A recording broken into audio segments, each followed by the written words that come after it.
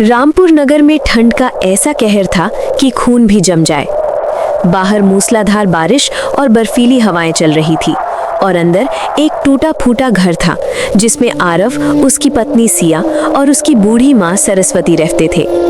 छत से बर्फीला पानी टपक रहा था, रसोई खाली थी और गरीबी ने तीनों की जिंदगी को क्लेश और झगड़े से भर दिया था। बहू, पेट में चूहे कूद रहे हैं, ठंड से जान निकल रही है और कल से अन्न का एक दाना नहीं खाया। कुछ खाने को गर्म हो तो दे दे, अब ये भूख और ये जाड़ा सहा नहीं जाता। माँ जी, अगर हमारे पास कुछ होता तो क्या मैं आपको भूखा रखती? मैं भी तो भूखी हूँ, ठंड से हाथ पांव सुन्न हो गए हैं। आपके नालायक बेटे ने हमारी जिंदगी नर्क बना दी है। न जाने मैंने कौन से जन्म में पाप किए थे जो मेरी शादी इस निकम्मे आलसी आदमी से हुई। बाहर देखो कैसा प्रलय आया है और घर में जलाने को एक सूखी लकड़ी तक नहीं है। बहू, ऐसा मत कहो, आरव तेरा पति है। पति होकर कौन सा सुख दिया है उसने मुझे? सिवाय भूख, गरीबी और इस टपकती छत के उसने मुझे कुछ नहीं दिया। सिया फूट फूट कर रोने लगी। उसकी रुलाई तूफान की गर्जना में घुलने लगी। पत्नी को रोता और माँ को ठंड में कांपता देखकर आरव के मन में तूफान उठने लगा। अब और नहीं सहा जाता। ये बर्फीला तूफान और ये गरीबी हम सबकी जान ले लेगी। मुझे कुछ करना ही होगा। एक काम करता हूँ, अपने दोस्त करण के पास जाकर कुछ सहायता मांगता हूँ। वो रईस है, उसके पास पक्का मकान और आग है, वो मेरी मदद जरूर करेगा। आरव ने अपना फटा पुराना कंबल ओढ़ा और जानलेवा बारिश और बर्फबारी में करण के घर की ओर चल पड़ा। कीचड़ और बर्फ में उसके पैर धंसते जा रहे थे, लेकिन वो रुक नहीं रहा था। आखिरकार वो कांपते हुए करण के विशाल और गर्म घर पहुंच गया। क्या बात है आरव, इस प्रलय जैसी बारिश में तुम यहाँ क्यों आए हो? तुम्हारा चेहरा इतना उतरा हुआ क्यों है? क्या बताऊं करण, गरीबी और इस मौसम की मार ने कमर तोड़ दी है। घर में खाने को दाना नहीं है, छत टपक रही है, हर दिन घर में चिक चिक रहती है। गरीबी ने जैसे चैन सुकून सब छीन लिया है। अगर तुम थोड़ी सी मदद कर दो तो शायद हम इस ठंड में मरने से बच जाएं। कम से कम घर में थोड़ी शांति तो आ जाएगी। देखो आरव, मैं तुम्हारी कोई मदद नहीं कर सकता। मैं पहले ही कई बार धन से तुम्हारी मदद कर चुका हूँ और तुमने आज तक मेरा एक भी सिक्का नहीं लौटाया। ऐसा कब तक चलेगा? तुम कोई काम धंधा क्यों नहीं करते?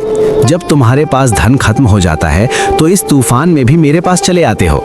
मैंने दोस्ती का लिहाज किया, लेकिन अब बहुत हुआ। मैं तुम्हें एक फूटी कौड़ी नहीं दूंगा। मेरा भी परिवार है, मुझे उनकी चिंता करनी है। इस मुश्किल वक्त के लिए बचाना है। इसका मतलब तुम मेरी मदद नहीं करोगे? नहीं, बिल्कुल नहीं। मुझसे भीख मांगने से अच्छा है कि तुम इस मौसम का सामना करो, मेहनत मजदूरी करो और अपने परिवार का पेट पालो। अब जाओ यहाँ से, मेरे घर में गीले पैर मत करो। अपने मित्र की बेरुखी सुनकर आरव का मन टूट गया और वो फिर से बिजली कड़कती रात में अपने जर्जर घर की ओर चल पड़ा। रास्ते में वो सोचता रहा कि अब क्या करेगा। पेट खाली था और ठंड हड्डियों को गलाए दे रही थी। घर पहुंचते ही वो थर थर कांपते हुए अंदर गया। सिया, जल्दी से कुछ गर्म खाने को दे दो या कम से कम गर्म पानी ही दे दो। शरीर में अब जान नहीं बची है। आप घर में कुछ छोड़ कर गए थे क्या जो निकाल कर खाने को दे दूं? आपको भूख लगी है तो क्या मैंने दावत उड़ाई है? मैं भी तो भूखी प्यासी इस ठंड में बैठी हूँ। मेरी तो किस्मत ही फूट गई जो मुझे तो जैसा दरिद्र पति मिला। सिया अपने पति को उल्टा सीधा सुनाने लगी और भूख ठंड से व्याकुल आरव को गुस्सा आ गया। धन स्त्री के भाग्य से मिलता है। जब से मैं तुझे ब्याह कर इस घर में लाया हूँ, तेरे कदम पड़ते ही मेरे सब कामकाज ठप हो गए। न जाने वो कौन सा दिन आएगा जब तुझसे पीछा छूटेगा। तुम खुद कोई कमाई धमाई करते नहीं और दोष मेरे सिर पर डाल रहे हो। बस दूसरों पर इल्जाम लगाना आता है, अपने निकम्मेपन पर शर्म नहीं आती। सिया जोर जोर से रोने लगी। उसकी रुलाई बारिश की आवाज में मिल गई। रो, खूब रो, जितना रोना है रो लो। शायद तुम्हारे आंसुओं से घर की पानी की कमी पूरी हो जाए, लेकिन याद रखना, अब तुम्हारे आंसुओं का मुझ पर कोई असर नहीं होगा। अरे, तुम दोनों ने इस आफत के मौसम में क्या तमाशा लगा रखा है? क्यों इतना शोर मचा रखा है? क्यों झगड़ रहे हो? झगड़ा करने से क्या ठंड कम हो जाएगी या पेट भर जाएगा?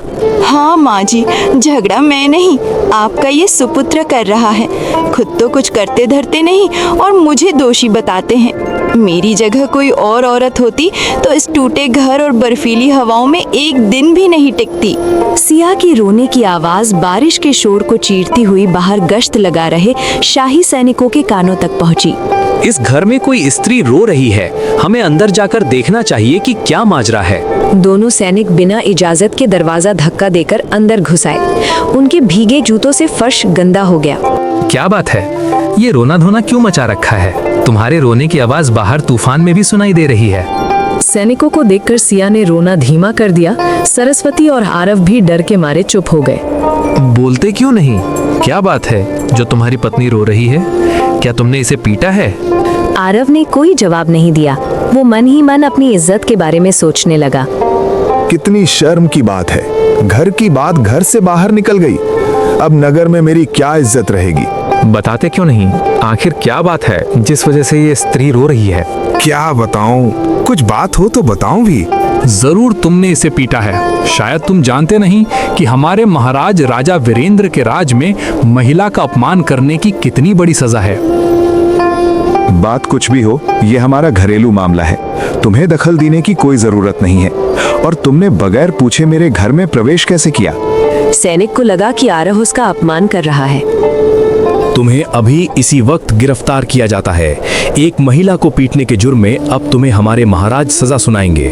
सैनिक जबरदस्ती आरव को बारिश में घसीटते हुए ले गए। सरस्वती और सिया गिड़गिड़ाती रहीं, लेकिन किसी ने उनकी एक न सुनी। तूफानी रात में सैनिक आरव को राजमहल में राजा वीरेंद्र के सामने ले आए। महाराज राजा वीरेंद्र, ये आदमी अपनी पत्नी को पीट रहा था, इसीलिए हम इसे बंदी बनाकर आपके पास लाए हैं। क्या तुम जानते नहीं हो महिला पर हाथ उठाने की क्या सजा है? अगर तुमने अपनी पत्नी को पीटा है तो तुम्हें इसकी कड़ी सजा मिलेगी।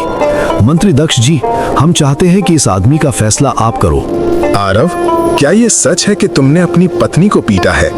बाहर इतना भयानक मौसम है और तुम घर में हिंसा कर रहे हो। क्या कहना चाहोगे तुम? मैं क्या कहूँ मंत्री जी, बस इतना समझ लीजिए कि मेरी पत्नी मुझसे खुश नहीं है। मेरी माँ भी मुझसे नाराज रहती है। घर में हर समय कलेश मचा रहता है। ठंड और भूख ने हम सबकी मति भ्रष्ट कर दी है।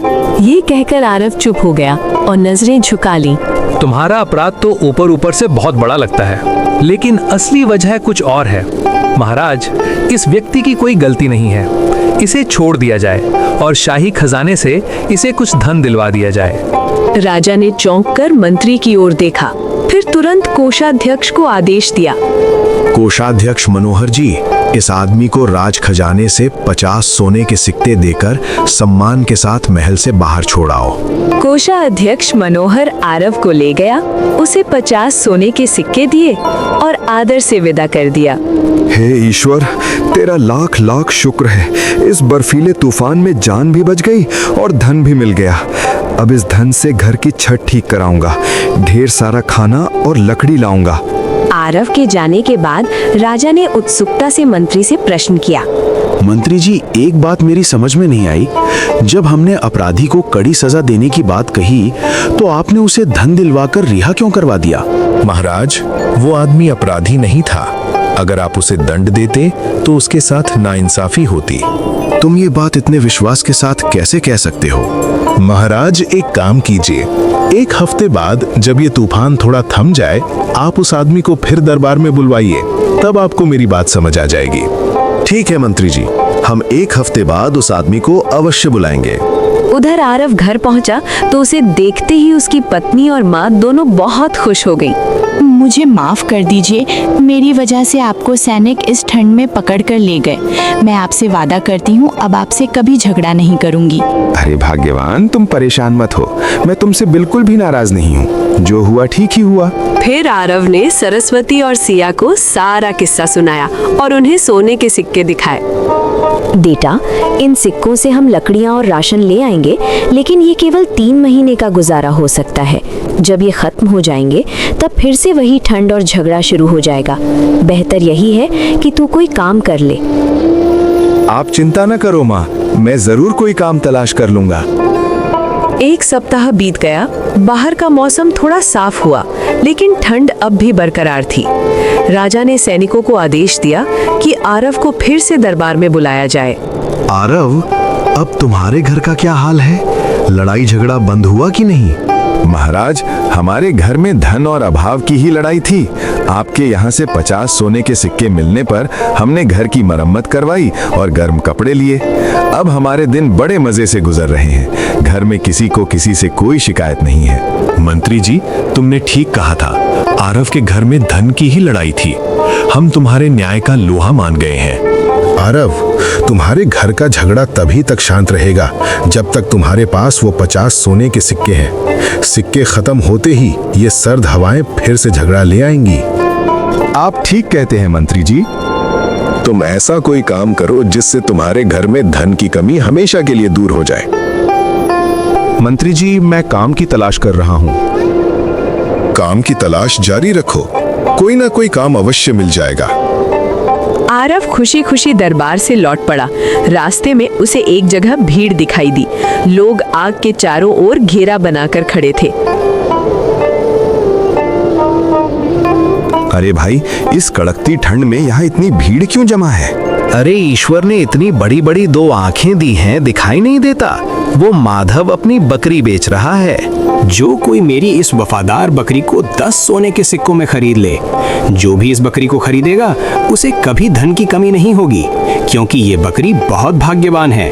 अरे भाई, जब ये बकरी इतनी ही भाग्यवान है तो तुम खुद ही क्यों नहीं रख लेते?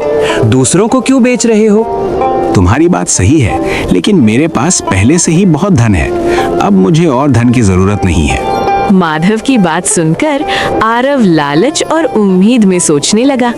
अगर मैं ये भाग्यवान बकरी खरीद लूं तो मेरा घर धन से भर जाएगा और मुझे इस ठंड में काम भी नहीं करना पड़ेगा। बिना मेहनत के धन मेरे पास चला आएगा। मैं इस भाग्यवान बकरी को 10 सोने के सिक्कों में खरीदने को तैयार हूँ। ठीक है, आज से ये भाग्यवान बकरी तुम्हारी हुई। आरव ने 10 सोने के सिक्के दिए और बर्फीले रास्ते से बकरी को लेकर